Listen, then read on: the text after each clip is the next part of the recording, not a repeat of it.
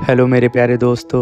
इस एपिसोड की स्टार्टिंग में हमें मास्टर जुआन को दिखाया जाता है जो कि दूर बैठकर के यूहाओ के ऊपर नज़र रख रहे होते हैं और वो कहते हैं कि यूहाओ ने फाइनली अंडरग्राउंड सोल मेटोर कंपटीशन को जीत लिया है, मगर मुझे यहाँ पे कैसे भी करके सही वक्त निकाल के यूहाओ को और काइतू को इन सांपों के बीच में से सेफली यूहाओ और काइतू को बाहर निकालना होगा। तभी सीन शिफ्ट होता और हमें होली चर्च के एल्डर को दिखाया जाता है जो कि ऑर्डिनरी अलायंस की लीडर शान गुआन से कहता है कि शान गुआन, इस कंपटीशन का विनर और कोई नहीं जी शुई लीग है। अब तुम अपना मुंह कहाँ पे छुपाते फिरोगी। मगर तभी शान गुआन अपनी पूरी टीम को लेकर के काफ़ी गुस्से में उस होली चर्च के एल्डर को देखते हुए वहाँ से चली जाती है और वहीं पे होली चर्च के लीडर का तो खुशी का ठिकाना नहीं होता है क्योंकि यूहाओ ने उसके जी शुई लीग को यहाँ पे इस चैंपियनशिप में जिता जो दिया होता है। और तभी सीन शिफ्ट होता है और हमें प्रिंस गू को दिखाया जाता है जो कि अपने वेयर हाउस के अंदर उन सारे ही रेयर मेटल को ढूंढ रहा होता है जो कि ऑलरेडी यूहाओ और टांग वोटोंग और वोंग ने चोरी कर चुके हैं। ये जान करके वो एकदम भड़क जाता है। वो अपने वेयर हाउस का एक एक कोना छान मारता है मगर उसके हाथ में सिर्फ और सिर्फ निराशा ही लगती है और इस बेचारे को पता भी नहीं होता है कि आखिर उसके वेयर हाउस को चुराया तो चुराया किसने, मगर फिर भी वो पागलों की तरह इधर उधर घूम रहा होता है। तभी सीन शिफ्ट होता और हमें ये लिन को दिखाया जाता है जो कि यूहाओ के करीब आते हैं और उसे सन एंड मून डिवाइन निडल एक बॉक्स के अंदर उसे बंद करके यूहाओ को गिफ्ट कर देते हैं और तुरंत ही यूहाओ के बेहद करीब जाकर के उसके कान में कहते हैं कि मैं यहाँ पे तुम्हारे टैलेंट को सच में एडमायर करता हूँ और मैं चाहता हूँ कि तुम इस कंपटीशन के बाहर मुझसे पर्सनली आकर के मिलो और मैं तुम्हें सन एंड मून डिवाइन निडल की मिस्ट्री के बारे में डिटेल में बताऊंगा। ये कहने के साथ वो उस बॉक्स को यूहाओ के हाथ में रख देते हैं और तभी यूहाओ यहाँ पे कुछ रिप्लाई कर पाता मास्टर येलिन को उससे पहले ही पीछे से आवाज़ आती है, मास्टर येलिन, आखिर आप कब से यहाँ पे डिसेबल्स के कान में ऐसे फुसफुसा के बात करने लगे हैं। ये और कोई नहीं होली चर्च की डिप्टी लीडर होती है जिसके हाथ में भी एक बॉक्स होता है। वो यूहाओ की तरफ आगे बढ़ती है और यूहाओ से कहती है कि तांग वू, मेरे दोस्त, तुमने इस चैंपियनशिप को जीत करके हमारा सर गर्व से ऊपर कर दिया है, इसलिए जी शुई लीग जो तुमसे वादा की थी वो वादा मैं पूरा करने के लिए आई हूँ। ये लो तुम्हारा गिफ्ट। ये देख करके ये लिन के तो होश उड़ जाते हैं क्योंकि उस बॉक्स के अंदर लेवल 9 का fix mountain soul guide cannon gun होती है जो कि सन मून एम्पायर का एक सबसे ज़्यादा पावरफुल रेयर वेपन होता है जिसे देख करके उसके दिमाग की दही हो जाती है कि आखिर ये लड़की यहाँ पे क्या करना चाहती है। और तभी सीन शिफ्ट होता और हमें प्रिंस गू को दिखाया जाता है जो कि पागलों की तरह अपने वेयर हाउस के सेफ एरिया में जाता है, मगर तभी वो देखता है कि उसके वेयर हाउस का जो सेफ एरिया होता है वो भी डिस्ट्रॉय हो चुका था। वो अंदर जा कर के सारी चीज़ों को चेक करने लगता है और तभी वो देखता है कि उसके सेफ वेयर हाउस के अंदर सारी चीज़ें मौजूद थी। वहाँ से इन सारे चोरों ने कुछ भी चोरी नहीं किया था। ये जान करके उसकी खुशी का ठिकाना नहीं होता है। वो वहाँ पे ज़ोर ज़ोर से हंसते हुए कहता है कि उन बेवकूफ़ों चोरों को शायद ये नहीं पता था कि मेरी सबसे ज़्यादा इम्पॉर्टेंट चीज़ और कुछ नहीं, ये सारे सोल गाइड बम्स हैं जिन्हें वो बेवकूफ़ चोर यहाँ पे छोड़ के जा चुके हैं। सच में इतने बड़े बेवकूफ़ चोरों को मैंने आज तक कभी देखा भी नहीं था। तभी सीन शिफ्ट होता और हमें होली चर्च की डिप्टी लीडर को दिखाया जाता है। यूहाओ से कहती है कि तांग वू, जिस तरीके से तुमने यहाँ पे गेट ऑफ अनडेड को समन किया था और एंजल मार्शल सोल को पूरी ही तरीके से सॉलो कर लिया है, तुमने यहाँ पे एक चीज़ प्रूव कर दी है कि तुम एक इविल सोल मास्टर हो और साथ में हम जो कई हजार सालों से अपने होली सन को ढूंढ रहे थे वो सारी ही काबिलियत तुम्हारे में है। इसलिए मैं चाहती हूँ कि तुम हमारे होली चर्च को ज्वाइन कर लो और जैसे ही तुम हमारे कल्ट को ज्वाइन करोगे फ्यूचर में तुम ये समझ लो कि तुम पूरे के पूरे वर्ल्ड में राज करोगे। और वहीं पे ये लिन भी यू हाओ के ऊपर हाथ रखे होते हैं, क्योंकि उन्हें भी यहाँ पे यू हाओ को किसी भी कीमत पे प्रिंस जूतियान के पास लेकर के जाना होता है।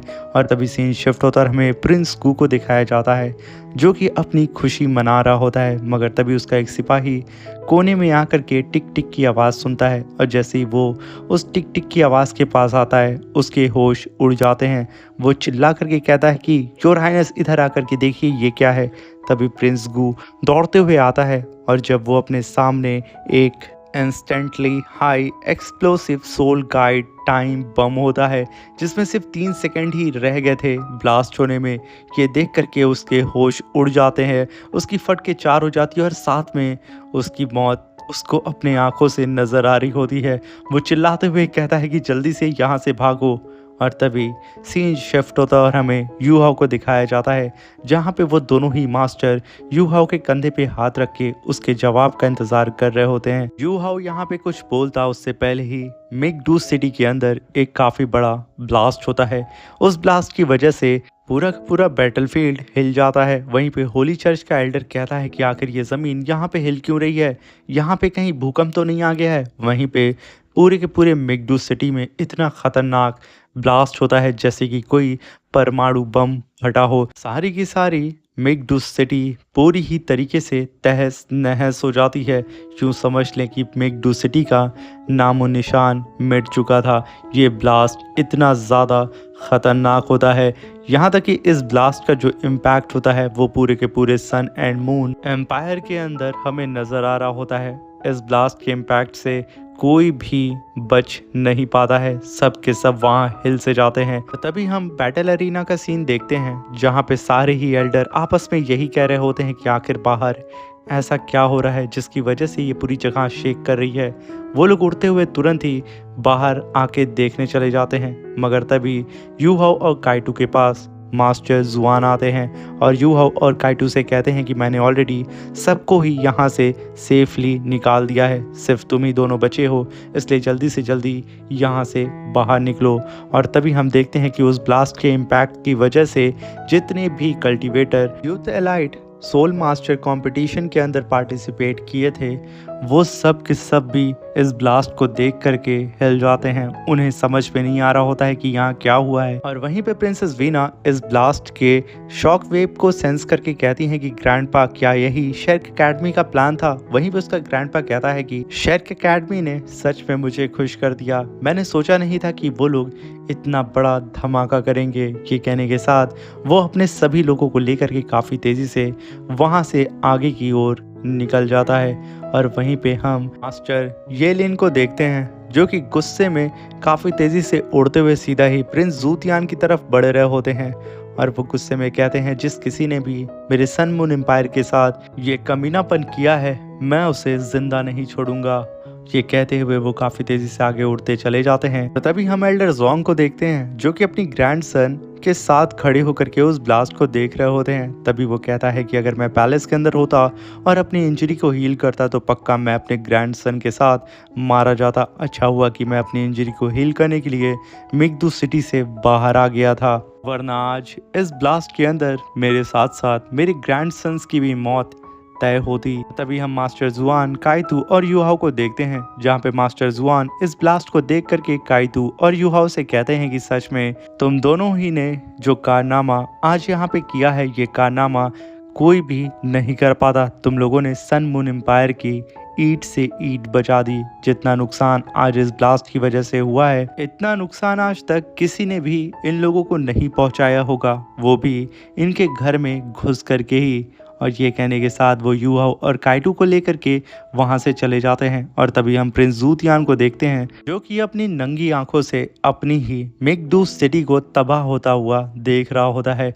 उसके गुस्से का यहाँ पे ठिकाना नहीं होता है। वो गुस्से में कहता है कि आखिर किसने ये किया है मेरी सिटी के साथ, मैं उसे ज़िंदा नहीं छोड़ूंगा। मगर तभी उसके कुछ सोल्जर उसके पास आते हैं और उसे बताते हैं कि योर हाइनेस, इस ब्लास्ट की वजह से यहाँ पे कोई भी सिविलियंस की जान नहीं गई है। उन सोल्जर की बात को सुन करके प्रिंस जूतियान कहता है कि मुझे सिविलियंस से कोई लेना देना नहीं है, मुझे इसके अलावा बताओ। तभी वो सोल्जर डरते हुए बताता है कि किसी ने हमारे सारे ही रेयर मेटल को चोरी कर लिया है और साथ में प्रिंस गू हमारी कंट्री के लिए खुद को सेक्रीफाइस कर दिए हैं।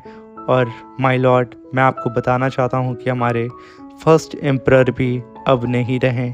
ये सुनकर के प्रिंस जूतियान खींच के एक लात उसे मारता है। वहीं पे क्वीन प्रिंस जूतियान से कहती है कि योर हाइनेस, जैसा कि आप हमारे क्राउन प्रिंस हैं और हमारे फर्स्ट एम्परर अब नहीं रहे, इसलिए अभी टेम्परेरी आपको हमारी सन मून एम्पायर को संभालना होगा और फर्स्ट एम्परर की शोभ यात्रा को भी आपको कल निकालना होगा।